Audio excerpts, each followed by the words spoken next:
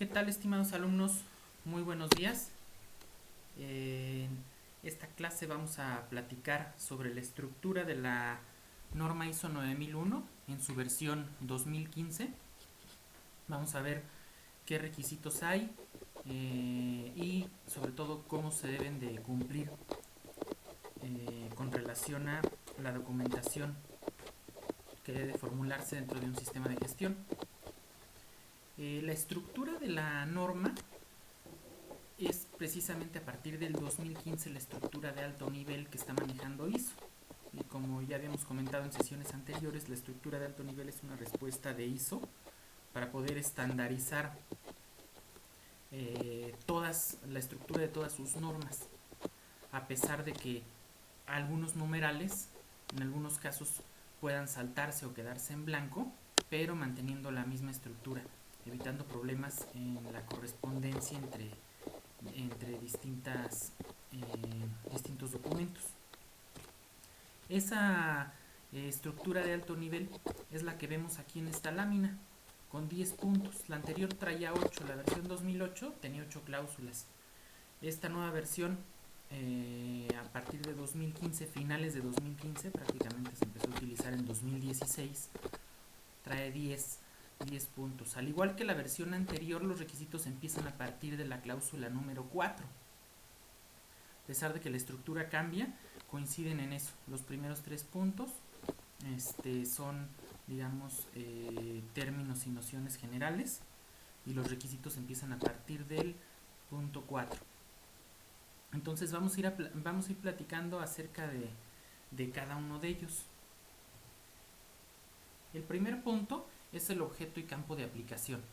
Entonces nos dice que esta norma especifica los requisitos de un sistema de gestión de la calidad en dos casos principalmente. El primero, cuando se necesita demostrar la capacidad que nuestra organización tiene de proporcionar de forma coherente un producto o servicio. Es decir, si nosotros no somos, por ejemplo, McDonald's, si no somos la Coca-Cola, estos serían los únicos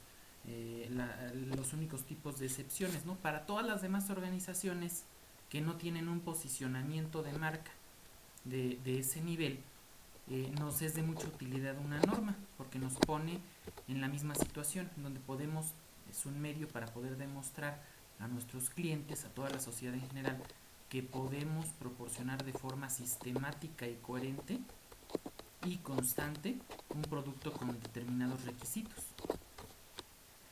El segundo aspecto aplica incluso a marcas que ya estén posicionadas, puesto que nos ayuda a impulsar la mejora continua, ya que, como veremos más adelante, es un requisito obligatorio, como todos los que tiene esta norma. Es un requisito, entonces no es opcional tener. Una vez que nosotros implementamos y nos certificamos con la 9001, tenemos que demostrar mejora continua, con base en datos, con base en evidencia medible. Tenemos que demostrar mejora continua. El siguiente término, referencias normativas, pues es uno de los que, como les comentaba, en este caso se queda en blanco, se mantiene para digamos, respetar esta estructura de alto nivel, porque si nos brincáramos ese punto y convirtiéramos términos y definiciones en el 2, entonces ya se acaba la correspondencia entre todas las demás normas. Entonces se mantiene el 2, solamente que aquí no hay nada que decir en cuanto a la 9001, aplicará en otras normas. En el 3 sí hay algunos términos y definiciones, a pesar de que dentro de la familia 9000, como les platicaba, tenemos la 9000, la 9001 y la 9004, donde la 9000 es prácticamente un diccionario, es un glosario de términos con base en los cuales se interpretan los requisitos de la 9001. Sin embargo, se mencionan aquí en la 9001 algunos términos que son muy relevantes porque son cambios con respecto a la versión anterior. Entonces nos dice aquí, por ejemplo, que parte interesada sustituye al término cliente. ¿Por qué? Porque es mucho más amplio. Esa es la razón. Parte interesada no solo incluye a los clientes, sino por ejemplo, al gobierno, a la sociedad, todos los actores que puedan verse afectados para bien o para mal por la actividad de nuestra organización. Todos. Se unifican los conceptos documento y registro. Antes era muy importante entender la diferencia entre documento y registro. Ahora, desde mi punto de vista personal, creo que es importante seguir entendiendo esa diferencia que había o que antes hacía la norma. Sin embargo, ahora el único requisito en esta nueva versión es la información documentada y no tanto hacer la diferencia entre de esa información poder ver cuáles son documentos y cuáles son registros. Desaparece también el responsable de calidad y sus funciones pasan a la alta dirección. O sea, desaparecen de la norma. Evidentemente no quiere decir que desaparezca en la realidad, puesto que en este caso seguramente la alta dirección tiene que seguir delegando. No podrá desarrollar todas sus actividades de manera personal por la carga de responsabilidades que tiene la alta dirección. Sin embargo, bueno, ¿en qué nos sirve que se borre de la norma? Que se elimine como un requisito formal, que ahora ya no tenemos que tener, por ejemplo, un nombramiento, es decir, a quien se le pide cuentas directamente es a la alta dirección y él en auditoría tendrá que responder directamente o por medio de alguien, pero la responsabilidad ya no se mueve. Se sustituye producto por bienes y servicios. Entonces aquí en esta versión se hace justicia por fin a la parte de servicios que desde muy temprano momento empezó a hacer, desde que se emitió la primera norma de ISO, a pesar de que fue desarrollada por áreas de ingeniería y para áreas de ingeniería, empezó a ser utilizada y adaptada en sectores de servicios. Conforme fueron avanzando las versiones de la norma, se fue adaptando un poquito más para empresas de servicios. Y finalmente en esta versión 2015, a pesar de que ya desde la versión anterior estaba más que entendido que también se podía hablar de producto intangible, ahora ya incluyen el término bienes y servicios. Se modifica realización del producto por operaciones, es un cambio de nombre. Se modifica propiedad del cliente por propiedad de las partes externas, ¿no? Aquí es un poquito obvio. La razón es que si desaparecemos el término cliente, entonces tenemos que cambiar también el término propiedad del cliente, ¿no? Ahora es propiedad de partes externas, es decir, todo aquello que alguna parte externa a la organización, algún actor externo, nos dé o nosotros utilicemos para poder realizar nuestro producto o brindar nuestro servicio. Desaparecen los conceptos manual de calidad, representante de la dirección y acciones preventivas. El manual de la calidad pasa lo mismo con el representante de la dirección y el responsable de calidad. No es que en la realidad desaparezcan. Los requisitos en el 90% se mantienen con respecto a los requisitos para el sistema de gestión y para los procesos se mantienen en cerca del 90%, por lo cual necesitamos determinar muchas cosas que la norma nos pide en algún documento. Entonces, solo que ahora ya no tenemos la obligación de llamarle manual de calidad o de que esté integrado, ahora podría estar disperso en distintos volúmenes, en distintos anexos, o seguir integrado. Eso ya es decisión de la organización. Ahora ya no es una obligación tenerlo integrado y que se llame manual de calidad. La tendencia, como por ahí en sesiones anteriores platicábamos, ha sido, por lo menos en México, llamarle ahora guía de calidad, que digo es algo que describe muy bien lo que el manual ya hacía, que es decirnos cómo la organización cumple con cada uno de los requisitos de la norma. Comenzamos con los requisitos como tal, con esta cláusula 4. Esta cláusula es totalmente nueva, antes no se solicitaba. Esta nueva norma adopta el enfoque del ciclo de Deming y del ciclo administrativo y lleva la lógica del planear, hacer, verificar y actuar. Entonces comienza con un diagnóstico, como si estuviéramos hablando de planeación estratégica. Entonces muy atinadamente la norma toma esta lógica. ¿Para qué? Pues para poder encuadrarse e integrarse de una mejor manera con los sistemas de planeación ya existentes. Y entonces comienza en un orden muy lógico con un diagnóstico para sustentar las acciones que después se piden más adelante. Entonces nos pide determinar el contexto de la organización. Entonces en ese contexto de la organización, ¿cómo lo vamos a hacer?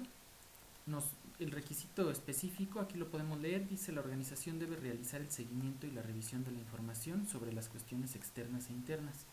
Antes nos dice: la organización debe determinar las cuestiones externas e internas que son pertinentes para su propósito y su dirección estratégica y que afectan a su capacidad para lograr los resultados previstos de su sistema de gestión de calidad. ¿Cómo vamos a hacer esto? Como cada quien, como cada organización lo desee, lo decida. Sin embargo, en la práctica, a partir de que salió esta versión de la norma y desde un poquito antes, con la información previa que se tenía de los cambios que ya venían, la solución más común ha sido la clásica herramienta que, digamos, ya hasta un poco gastada está por su uso tan cotidiano, pero que no por eso deja de ser una herramienta muy potente y muy poderosa si se aplica de manera adecuada y con un análisis profundo. Es un análisis FODA. Con un análisis FODA podemos cumplir este requisito y determinar qué cuestiones internas y externas son pertinentes. Podemos complementar con un análisis PEST, un PESTELI para la parte externa y profundizar un poquito más.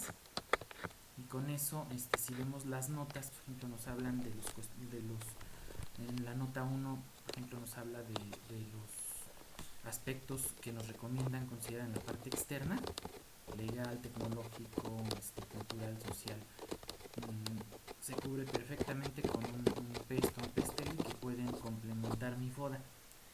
Entonces, para empezar a implementar esta norma, ahora el paso número 1 es llevar a cabo un FODA de la organización.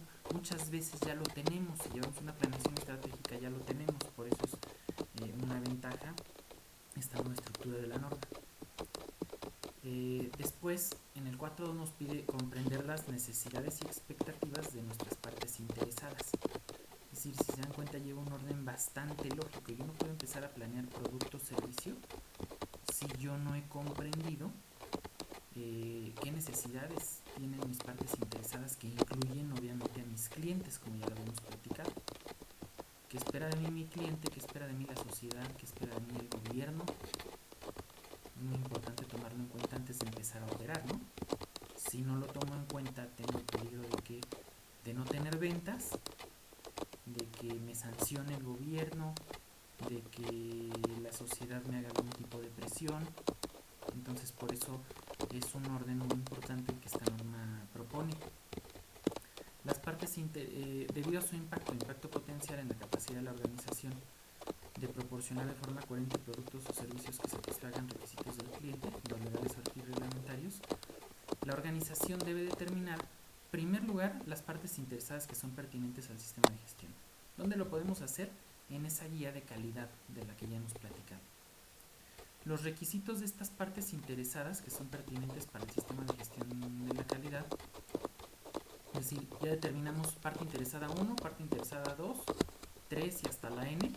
Ahora vamos a determinar qué requisitos tiene cada una de ellas. Por ejemplo, el gobierno, qué normatividad quiere que yo observe. La sociedad, qué me podría reclamar. Alguna emisión, por ejemplo, qué filtros tengo que tener, qué sistemas de filtración de gases tengo que tener, de fluidos antes de su vertimiento, por ejemplo, en aguas, etcétera. Y la organización debe realizar el seguimiento y la revisión de esa información, es decir, actualizar. 4.3, determinación del alcance del sistema de gestión de la calidad. Ahora, ya que tenemos esta información, la organización debe determinar los límites y aplicabilidad del sistema de gestión de la calidad para establecer su alcance. Y cuando lo determinamos, debemos considerar que, pues, las cuestiones externas e internas que revisamos en el apartado 4.1, nuestro análisis FODA. Los requisitos de las partes interesadas que establecimos en el 4.2 y los productos y servicios que ofrezco yo como organización. Entonces, cuando un requisito se puede aplicar dentro del alcance, se debe de aplicar, o sea, no es opcional. No lo voy a aplicar cuando no se pueda. Pero para eso, como aquí más adelante me lo dice, yo tendría que hacer una justificación por escrito, explicar por qué no se puede aplicar. No solamente porque a mí me cueste trabajo, o sea, realmente tendría que ser imposible aplicarlo. Y tendría que haber una justificación y demostrar que no afecta al producto o servicio la no aplicación de ese requisito. Eso tendría que estar en la guía de calidad también, porque son requisitos para el sistema. Recuerden que para todo lo que nos pida la norma de requisitos para el sistema lo vamos a determinar en la guía de calidad, mientras que lo que nos pida para los procesos se va a determinar en los planes de calidad de cada uno de los procesos. 4.4 Sistema de gestión de calidad y sus procesos. Ahora sí ya vamos a empezar a hablar de procesos, que es el siguiente nivel hacia abajo. La organización debe establecer, implementar, mantener y mejorar continuamente un sistema de gestión de calidad, incluidos los procesos necesarios y sus interacciones. Entonces, ¿dónde voy a mencionar los procesos? Pues los voy a mencionar en la guía de calidad, pero ya por ejemplo las interacciones de cada uno de los procesos los puedo tener un mapa, puedo tenerlo en dos partes, o en una de las dos o en las dos. Puedo tener en la guía de calidad un mapa de interacción de procesos donde se vea cuáles, por ejemplo, proporciona, cuál salida de proceso se convierte en entrada de otro, etcétera, cómo interactúan todos mis procesos. Y aparte, en cada plan de proceso debe de estar la información de con cuáles interactúa, de quién recibe, a quién le entrega, porque es información que va a haber el responsable de cada uno de los procesos. La organización debe determinar los procesos y también debe determinar lo siguiente: los elementos de entrada requeridos y los elementos de salida esperados de los procesos. Entonces eso va a ser, como es por proceso, lo ideal es ponerlo en cada plan de calidad de cada proceso. Debe determinarse la secuencia e interacción de procesos, ya lo decíamos, ¿no? Referencia que también está mencionada en cada plan. Los criterios, métodos, incluyendo las mediciones y los indicadores del desempeño relacionados necesarios para asegurarse de la operación eficaz. Es decir, ahí donde habla de métodos, ya está diciendo muchísimas cosas, entre ellas los procedimientos, si tengo hojas de proceso estándar, etcétera, etcétera. Cualquier cosa la tengo que mencionar y relacionar ahí en ese plan de calidad de cada uno de los procesos. Por ejemplo, puedo mencionar las claves o los códigos de los procedimientos que incluye ese proceso. Si fuera, por ejemplo, un proceso de recursos humanos, podría mencionar los códigos de los procedimientos que correspondan a cada uno de ellos. Por ejemplo, código del procedimiento de reclutamiento, del de selección, del de contratación, etcétera, etcétera. Y su ubicación, ¿no? Si lo voy a pegar ahí mismo o si se encuentra en un manual de procedimientos, ¿no? También si hay una liga en internet, en la intranet, etcétera, de preferencia colocarla. La asignación de responsabilidades y autoridades para esos procesos. Regularmente esas autoridades y responsabilidades se encuentran dentro de los procedimientos, para ser más específicos, porque si las dejo a nivel de proceso quedan muy generales y no se entendería bien en qué procedimientos se aplican, que es donde ya vemos actividades paso por paso. Los riesgos y oportunidades de acuerdo con los requisitos del apartado 6.1 y planificar e implementar las acciones adecuadas para tratarlos. En cada plan de calidad yo tengo que ver qué riesgos hay y cómo los voy a mitigar. O sea, ya ahí voy a identificar la acción en caso de que suceda. Cómo voy a realizar el seguimiento y mediciones, o sea, qué voy a medirle al proceso. Incluido, por ejemplo, aquí me estoy adelantando, pero aquí, mediciones, por ejemplo, se incluiría la del objetivo de calidad para cada uno de los procesos. Ahí voy a decir qué voy a medir, cuál es la fórmula, cuál es el indicador y cuál es el objetivo al que quiero llegar, ¿no? El objetivo como tal y la forma en que lo voy a medir. Oportunidades de mejora de los procesos y del sistema de gestión de la calidad. La organización debe mantener información documentada en la medida necesaria. Cláusula 5, liderazgo. Esta coincide, este punto número 5, coincide con la versión anterior. También teníamos en el punto 5 el tema de liderazgo, pesar de que todos los demás cambian, incluso el 4 antes era el tema de control de documentos, ahora es contexto de la organización. El 5 sí se mantuvo, por alguna razón el 5 sí se mantuvo y sigue siendo liderazgo, es decir, la responsabilidad de la alta dirección. Entonces vamos a ver qué compromisos tiene la alta dirección. En el 5.1, en la subcláusula 5.1 que nos habla de liderazgo y compromiso, nos dice que la alta dirección debe demostrar liderazgo y compromiso con respecto al sistema de gestión de la calidad de las siguientes maneras: tomando la responsabilidad de la eficacia del sistema de gestión de la calidad. ¿Cómo demuestro eso? ¿Cómo demuestro que la alta dirección toma la responsabilidad de la eficacia del sistema? Tengo que demostrar que la alta dirección está al tanto de los resultados de los procesos y toma acciones derivadas o basadas en esos resultados obtenidos. Esa es la forma de responsabilizarse de la eficacia del sistema de gestión. ¿Cómo lo demuestro? Puede ser mediante minutas de reuniones, por ejemplo, en donde se revisen los resultados con los responsables de los procesos. Puede ser un sistema electrónico en donde los responsables de los procesos vayan cargando su información y una bandeja en donde se registre en bitácora, por ejemplo, que cuando está ingresando la alta dirección a revisar esos indicadores, y tendría que acompañarse de algunas acciones. Por ejemplo, en el mismo sistema podrían ponerse comentarios o indicaciones derivados de cada uno de los resultados para cada proceso. O sea, puede ser tan automatizado, tan manual como queramos. Lo importante es cumplir. Puede haber una serie de oficios donde la alta dirección solicite que le informen los resultados, un oficio de regreso donde cada responsable le informa, y otro más donde él les da instrucciones con base en el resultado que le haya enviado cada responsable de proceso. Pero si tengo que tener alguna forma de demostrar la responsabilidad que la alta dirección ha tomado respecto a la eficacia del sistema de gestión, si no hay un incumplimiento. Aquí sería, por ejemplo, un incumplimiento parcial, si nada más fuera este requisito, y si fuera todo el 5.1, pues sería un incumplimiento total, que incluso ya me pondría en peligro la certificación. Asegurando que se establecen la política de la calidad y los objetivos de la calidad, y que estos sean compatibles con la dirección estratégica y el contexto de la organización. Es decir, que ¿cómo voy a revisar yo esto? Voy a revisar que existe una política de la calidad. Más fíjense el requisito siguiente. Dice que la política de calidad es comunicada, entendida y aplicada. Entonces, yo puedo llegar y preguntar si conocen la política de calidad a cualquier colaborador. Si alguien no la conoce, entonces la alta dirección no se aseguró de que la política fuera comunicada. Ahí habría un incumplimiento. Podría yo preguntarles también si entienden de qué se trata la política de calidad y cómo la aplican ellos dentro de la organización. Si no me contestaran, habría un incumplimiento por parte de la alta dirección. Asimismo, también tendría que revisar que los objetivos de calidad correspondan. Existe una relación con la dirección estratégica, es decir, con los objetivos estratégicos de la organización.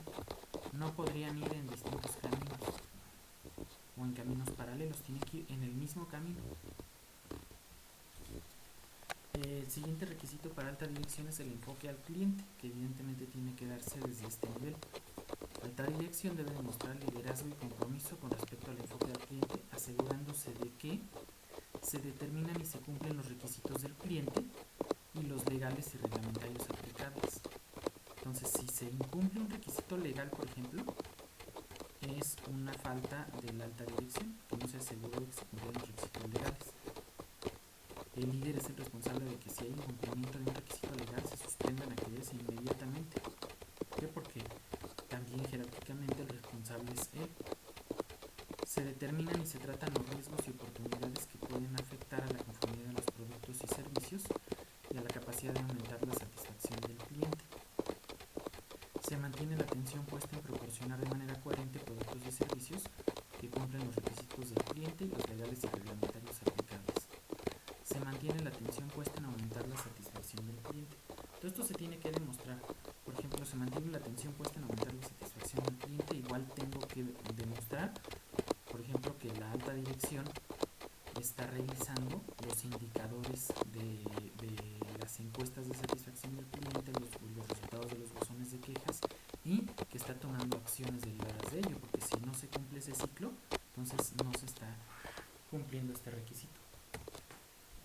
Política de calidad.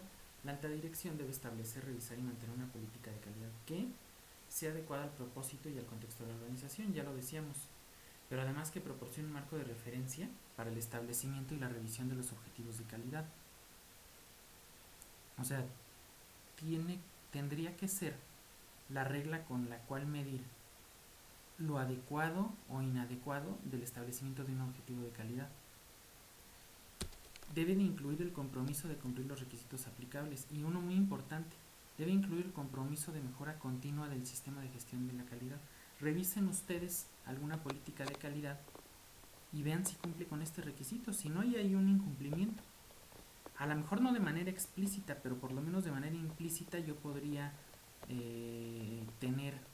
debería tener la opción de rescatar dónde está diciendo, dónde está dando a entender ese compromiso de mejorar continuamente. Si no está mal esa política. La política pues debe de estar disponible como información documentada, o sea, no podría estar, digamos, solamente de manera verbal o en la mente de los colaboradores, ¿no? Tiene que estar disponible como información documentada en algún lugar donde la organización determine. Comunicarse, entenderse y aplicarse dentro de la organización. Entonces, y estar disponible para las partes interesadas pertinentes según sea apropiado. Esto es interesante porque esto se agrega en esta nueva versión. O sea, ya no solo es tenerla pegada y repartir las tarjetitas con los colaboradores. Ahora, ¿cómo voy a hacer para que esté disponible para todas las partes interesadas? Acuérdense que es un concepto muy amplio, del que ya hablamos un poco. Siguiente cláusula. 5.3 nos dice que la alta dirección debe asegurarse de que las responsabilidades y autoridades para los roles pertinentes se asignen, se comuniquen y se entiendan dentro de la organización. ¿Cómo demuestro esto? Pues mostrando, por ejemplo, si la alta dirección aprobó los procedimientos. Si los aprobó es porque los revisó y ahí es donde se determinan regularmente esos roles, esas responsabilidades y autoridades. Y la alta dirección también debe asignar la responsabilidad y autoridad para asegurarse de que el sistema de gestión de la calidad es conforme con los requisitos. Es decir, se dan cuenta, no nos pide un responsable de la calidad, pero aquí nos dice que debe asignar responsabilidades y autoridades para asegurarse de que el sistema de gestión es conforme. Asegurarse de que los procesos están dando los elementos de salida previstos y ya previamente determinados en cada plan de calidad de proceso. Informar sobre el desempeño del sistema de gestión de la calidad, las oportunidades de mejora y sobre las necesidades de cambio o innovación. Asegurarse de que se promueve el enfoque al cliente y asegurarse de que la integridad del sistema de gestión de la calidad se mantiene cuando se planifican e implementan cambios. Muy importante. Hice un cambio, entonces tengo que revisar nuevamente que se mantienen en cumplimiento todos los requisitos. Siguiente cláusula sería la número 6 y esta cláusula habla de la planificación. Acuérdense que decíamos que esta norma se enfoca bastante se orienta bastante a lo que es planeación estratégica y el ciclo administrativo. Entonces aquí ya empieza a hablar de planificación. Nos dice que al planificar el sistema de gestión, la organización debe considerar cuestiones referidas en el apartado 4.1, que es el contexto, el análisis que hicimos, y los requisitos referidos en el 4.2, que son los requisitos de las partes interesadas, y determinar los riesgos y oportunidades que es necesario tratar, también previamente establecidos en los planes de calidad de cada proceso.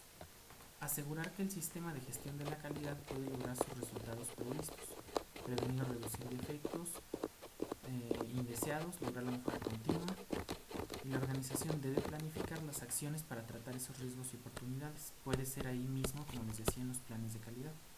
La manera de integrar e implementar acciones en sus procesos, evaluar la eficacia de esas acciones. La subcláusula 6.2 nos dice que la organización debe establecer objetivos de la calidad en las funciones, niveles y procesos pertinentes. Entonces es un requisito principalmente para procesos, por lo cual evidentemente estarán documentadas en los planes de calidad de cada proceso. ¿Y qué características deben de tener esos objetivos? Aquí nos lo dice. Ser coherentes con la política de calidad, o sea, no puede contravenir la política de calidad. Aquí hay una jerarquía normativa, como en derecho hay una jerarquía constitucional, aquí hay una jerarquía normativa, entonces la política tiene que regir todo el sistema de gestión. Tienen que ser medibles, preferentemente usar una metodología SMART, por ejemplo. Es decir, en la práctica a veces encontramos muchos objetivos que son muy retóricos y realmente no hay forma de medirlos. Entonces ese objetivo no nos funcionaría y estaría incumpliendo con la norma. Tener en cuenta los requisitos aplicables, ser pertinentes para la conformidad de los productos y servicios, ser objeto de seguimiento. Tienen que poderse medir, tienen que poderse darle seguimiento. Deben ser comunicados, si no pues de nada sirve, ¿no? Entonces tienen que ser comunicados, ser actualizados según sea apropiado, porque muchas veces hay algunos objetivos que son cíclicos y que terminan diciendo, por ejemplo, cada año, cada semestre, cada periodo, etcétera. Pero hay algunos que son muy específicos para cierto año y a veces así se nos queda, ¿no? Entonces es muy importante estarlos actualizando cuando sea necesario y recordando que un objetivo deja de ser objetivo cuando lo alcanzamos. Entonces por eso es muy importante que nosotros lo actualicemos, no solo por tiempo, sino si mi objetivo es reducir una cantidad de tiempo, muchas veces cuando se audita se encuentran muchas áreas que piensan que estar rebasando el objetivo durante un tiempo prolongado es bueno, y desde el punto de vista de este requisito estaríamos incumpliendo. ¿Por qué? Porque no fue actualizado y el objetivo deja de ser objetivo cuando ya lo cumplí. Un objetivo es algo que yo quiero alcanzar. Si ya lo alcancé, ya no es un objetivo. Entonces ya no está actualizado. Entonces el objetivo es una herramienta para el crecimiento. Cuando yo ya lo alcancé, ya no me sirve de nada ese objetivo. Tengo que cambiar. La organización debe conservar información documentada sobre los objetivos de calidad. Cuando se hace la planificación para lograr los objetivos, la organización debe determinar, bien importante, qué se va a hacer, pero también qué recursos se van a requerir. Porque muchas veces, por ejemplo, tenemos objetivos muy ambiciosos, los establecemos, nos los aprueban y resulta que cuando pedimos los recursos nos dicen, no, pues este recurso no hay. Y entonces, ¿cómo lo vamos a cumplir? ¿No? Entonces es muy importante que desde que se apruebe y se planifique, se contemple si hay recurso o no. Eso se tiene que platicar con las autoridades que corresponda y con la línea de mando que corresponda. ¿Cuándo se va a finalizar y cómo se van a evaluar los resultados, ¿no? Porque si no determinamos todo eso, en una auditoría no sabemos si vamos bien o mal, porque pues no está determinado para cuándo se planteó eso que se estableció en el objetivo. 6.3 nos habla de planificar los cambios. Acuérdense que ya habíamos hablado de cambios. Ahora nos habla en la parte de planificación de planificar también esos cambios. Entonces cuando la organización determine la necesidad de cambios en el sistema, el cambio se llevará a cabo de manera planificada y sistemática, o sea, no puede ser de una manera azarosa o aleatoria, no tiene que ser planificado todo cambio. Y la organización en ese caso debe considerar cuál es el propósito del cambio, la integridad del sistema, o sea, antes que nada, la disponibilidad de recursos, lo mismo que platicamos para el cumplimiento de objetivos, la asignación o reasignación de responsabilidades y autoridades, o sea, si voy a hacer un cambio, pues tengo que actualizar también seguramente los procedimientos, las generalidades, quiénes son las personas involucradas, qué infraestructura voy a usar, y el ambiente, recursos de seguimiento y medición, etc. Siguiente cláusula sería la de soporte, es decir, aquí vamos a encontrar toda la parte adjetiva, es decir, la parte no sustantiva, no esencial, que no quiere decir no importante, pero es la parte que soporta a lo que se denomina core business, que es a lo que realmente se dedica la organización, como por ejemplo un área de recursos humanos. El área de recursos humanos no es a lo que se dedica la empresa, pero es importante para soportar a lo que sí la empresa se dedica. Y comienza hablándonos aquí de la competencia en el 7.2. donde nos dice que la organización debe determinar la competencia necesaria de las personas que realizan bajo su control un trabajo que afecta a su desempeño de la calidad. Entonces, ¿cómo cumplo con esto? Pues desarrollando y contando con un perfil de puesto actualizado. Pues me dice que debo de asegurarme de que esas personas sean competentes, basándose en la educación, formación o experiencia adecuadas. Quiere decir que las personas que ocupen los puestos, debo asegurarme que cumplen con ese perfil que diseñé en el punto anterior, de acuerdo no solo en la educación o en la formación, sino también puede ser la experiencia, y nos da la opción, pero tiene que ser todo demostrado, es decir, tengo que tener un perfil de puesto y luego tengo que tener un expediente de cada persona que ocupe ese puesto, que pueden ser varias, puede ser una o pueden ser muchas personas ocupando un mismo puesto, pero perfil por lo menos uno para cada puesto y expediente uno para cada persona. Cuando sea aplicable, tomar acciones para adquirir la competencia necesaria y evaluar la eficacia de las acciones tomadas. Quiere decir que muchas veces, pues en un momento dado, cuando cubro una vacante, es muy difícil que una persona inmediatamente cubra el 100% del perfil de la vacante. Pero por eso tengo el área de desarrollo de personal. Entonces también puedo demostrar que tengo planeado completar el perfil de una persona mediante capacitación. Tengo que tener evidencias, recursos asignados para programas de capacitación, capacitaciones ya concertadas con algún proveedor, etcétera. 7.3 nos dice: las personas que realizan el trabajo bajo el control de la organización deben tomar conciencia de la política de calidad. Nuevamente, o sea, no solo es una responsabilidad de la alta dirección, sino también es una responsabilidad de las personas ser conscientes de la política de calidad, ser conscientes de los objetivos de la calidad pertinentes. O sea, si yo estoy en un proceso donde hay un objetivo de calidad, tengo la obligación de conocerlo. Y tengo la obligación también de saber cuál es mi contribución a la eficacia del sistema de gestión de la calidad, porque si no lo sé, podría dejar de hacer cosas que sean importantes para el desempeño del sistema de gestión. El 7.4 nos habla de la comunicación y dice que la organización debe determinar las comunicaciones internas y externas pertinentes al sistema de gestión de la calidad, que incluyan que el contenido de la comunicación, cuándo comunicar, a quién comunicar y cómo comunicar, que tiene que ver principalmente con el conocimiento del organigrama, de la estructura que nos va a marcar la línea de comunicación y la línea de mando. Vamos a hablar también de información documentada. Entonces, el sistema de gestión de la calidad de la organización debe incluir la información documentada requerida por esta norma.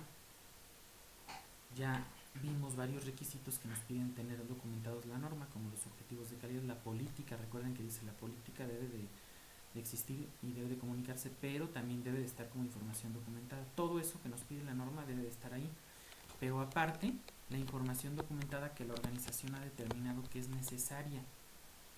O sea, no solo la norma es una parte, digamos la mitad es la parte genérica que en todos los sistemas van a tener, y la otra mitad es la parte propia de cada organización, porque si no, entonces todos los sistemas de gestión serían idénticos, pero no. Tenemos una parte genérica que es la de la norma y la otra parte que es la de la organización. La norma me dice que determine lo que la organización necesita, entonces cada organización dice, por ejemplo, yo necesito un manual de inducción, yo necesito una hoja de trabajo estándar, yo necesito un manual de procedimientos. Todo eso forma parte de la información documentada. Y debo de establecer cómo se va a crear y actualizar. Es decir, aquí esto es lo que va a dar origen a esos famosos recuadritos que vienen en los encabezados y pies de página de la información controlada en los sistemas de gestión, donde dice revisó, actualizó, aprobó, etcétera, etcétera. Y eso, ¿qué nombres o áreas van a aparecer ahí? Los que este procedimiento de control de la información documentada determinen. Quién va a crear, quién va a actualizar, etcétera.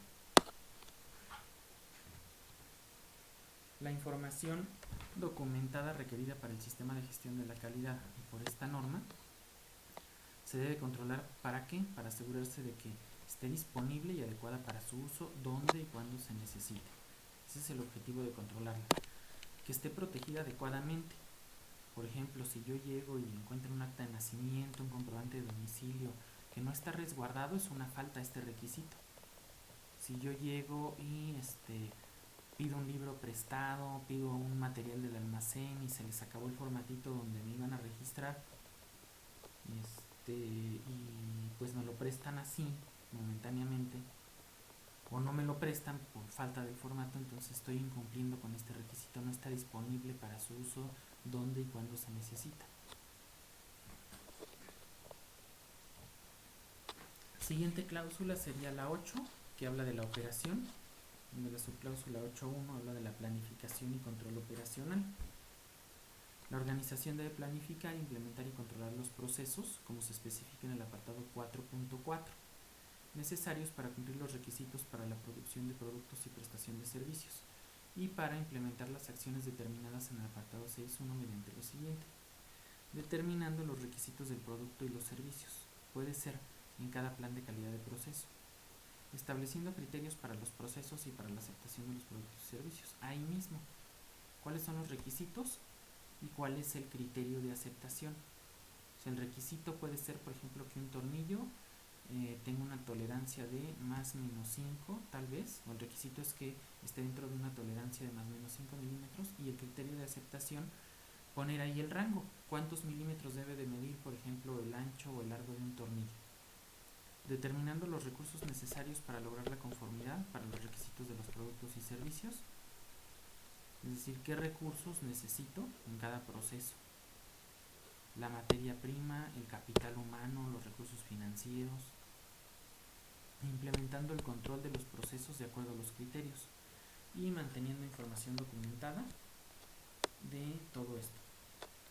8.3 habla del diseño y desarrollo. Este es también un requisito que ya viene desde hace varias versiones en la norma, y nos dice que cuando el cliente o otras partes interesadas aún no han establecido o no han definido requisitos detallados de los productos y servicios, como si son adecuados para la posterior producción o prestación, la organización debe establecer, implementar y mantener un proceso de diseño y desarrollo. ¿Cuándo no lo ocupas? Cuando tú siempre produces lo mismo. Por ejemplo, siempre produces el mismo auto, siempre produces la misma taza de café, y ya la gente la conoce, sabe qué requisitos y características tiene. Pero si trabajas por proyectos, tienes que establecer un proceso de diseño y desarrollo que controle los cambios. Y ese es el que te va a amparar, por ejemplo, si tú mandas a hacer un anuncio espectacular, por ejemplo, un anuncio luminoso, tiene que controlarse esos cambios para que no llegues tú y resulta que instalaron un diseño que no fue el último que aprobaste. Pues tiene que haber mecanismos de liberación por parte del cliente durante todo ese proceso de revisión, de ir y venir de un diseño o de un desarrollo. Por ejemplo, cuando se desarrolla un software, también se van haciendo muchas revisiones y tendrían que controlarse por un proceso de diseño y desarrollo. Si no fuera necesario, tendrá que explicarse y fundamentarse en nuestra guía de calidad. El 8.4 nos habla del control de los productos y servicios suministrados externamente. Esto es cuando subcontratamos una parte de nuestro servicio. Tenemos que verificar si es necesario auditar a ese proveedor. ¿Por qué? Porque muchas veces algunas organizaciones van a hacer algo en nuestro nombre. Por ejemplo, podríamos hacer un servicio de comida y tal vez el servicio de limpieza al final lo subcontratamos. Entonces, a pesar de que demos un excelente servicio durante el banquete, si la empresa que después en nombre de nosotros va a limpiar da un mal servicio, entonces ahí ya tenemos un problema. Entonces por eso la norma nos obliga a que verifiquemos eso y tenemos que tener evidencia de la supervisión que hacemos de ese producto suministrado externamente, bitácoras de revisión, facturas, etcétera. Producción y prestación del servicio.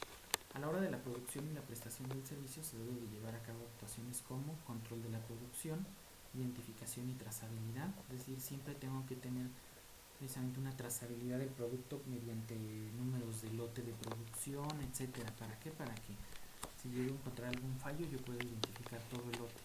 O en servicios, por ejemplo, tengo que identificar todo el historial de una persona mediante número de cliente, número de cuenta, etcétera, etcétera. propiedad perteneciente a los clientes y proveedores externos. Es bien importante. Eso siempre, casi siempre tenemos propiedad del cliente. Si por ejemplo estamos maquilando una pieza, puede ser que nos den un plano o un modelo y ese modelo es propiedad del cliente, entonces tengo que establecer mediante un procedimiento cómo lo voy a preservar, cómo lo voy a cuidar. Incluso si yo voy a una biblioteca, ingreso a un estacionamiento, etcétera, a veces me piden mi identificación y sucede que a veces la pueden perder, entonces es propiedad del cliente que tú le solicitas al cliente porque lo necesitas para darle el servicio, pero no te lo está entregando, sino solamente lo estás tomando temporalmente, pero sigue siendo propiedad del cliente. Actividades posteriores a la entrega y control de los cambios. 8.6 Liberación de los productos y servicios. Tiene que haber un proceso, un mecanismo de liberación. En la época arcaica de la calidad solamente existía esta parte, es decir, no había un control integral de la calidad. No hablaríamos de todos los pasos anteriores donde se empieza a ver la calidad desde el análisis de las necesidades del cliente, sino que la única actividad que se llevaba en cuanto a calidad era un departamento que hacía esta liberación de productos, revisaba, pero no había una procuración de la calidad desde el inicio, entonces solamente se estaban atajando errores para que no llegaran al cliente.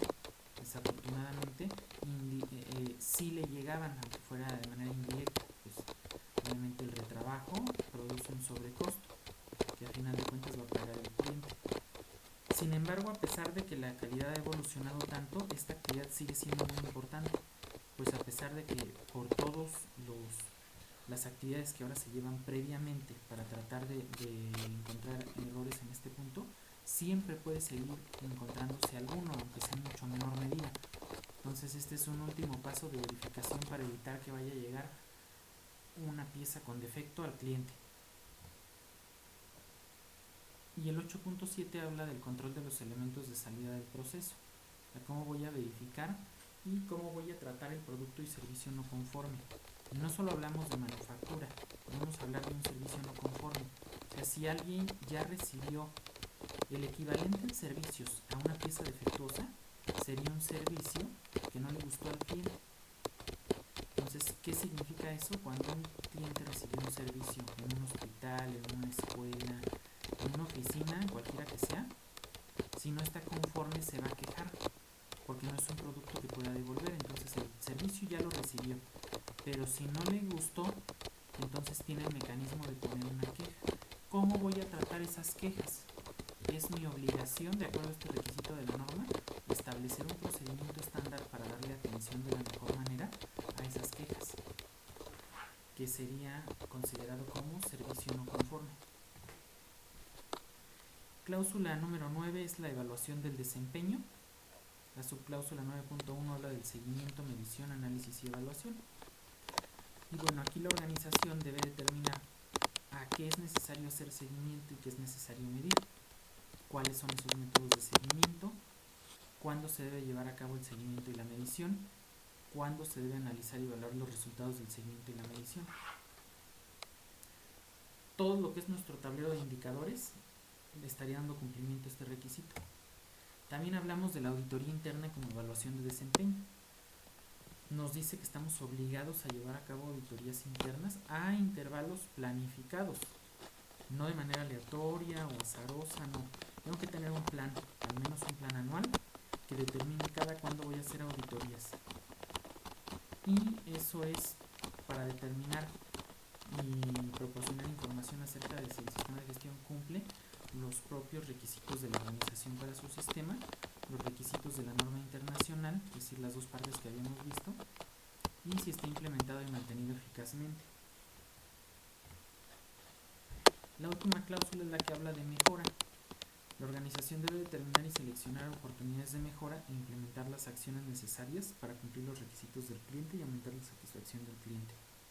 Esto debe incluir mejorar los procesos para prevenir no conformidades, mejorar los productos y servicios y mejorar los resultados del sistema de gestión de calidad. Tengo que hacer esas tres cosas.